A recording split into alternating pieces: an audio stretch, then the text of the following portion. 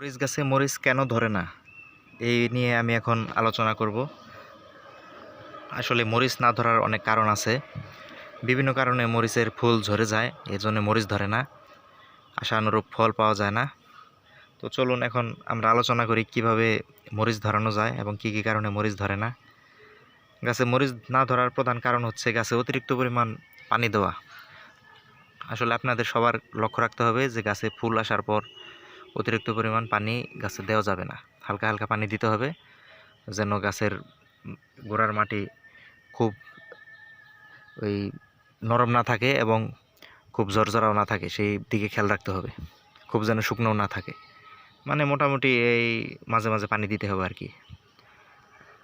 আর হচ্ছে ফুল আসার পরে গাছে কোনোভাবেই সার প্রয়োগ করা যাবে না। সার দিলে পরে ফুল আসার পরে সার দিলে গাছের মরিচ ফুল কিন্তু ঝরে যাবে, মরিচ ধরবে না। আরও বিভিন্ন কারণ আছে, এগুলো এই সমস্ত কারণে মরিচ ধরে না। যেমন গাছ যদি সারাক্ষণ রোদে থাকে, অতিরিক্ত পরিমাণ অতিরিক্ত রোদের কারণে গাছে কিন্তু মরিচ ধরে না। তো মরিচের ফলন ভালো পেতে হলে আপনাকে কি করতে হবে? মরিচের ফলন ভালো পেতে হলে আপনাকে গাছে পটাশিয়াম সার প্রয়োগ করতে হবে। আর সেক্ষেত্রে আপনি কৃত্রিম যে পটাশিয়াম সার সেটি ব্যবহার করতে পারেন, কলার খোসা ব্যবহার করতে পারেন। কলার খোসা পানিতে ভিজিয়ে গাছের গোড়ায় দিতে পারেন, এতে প্রচুর পরিমাণ মরিচ ধরবে। আমার এই গাছটিতে প্রচুর পরিমাণ মরিচ ধরেছিল, আমি এই মরিচগুলোকে সংগ্রহ করেছি।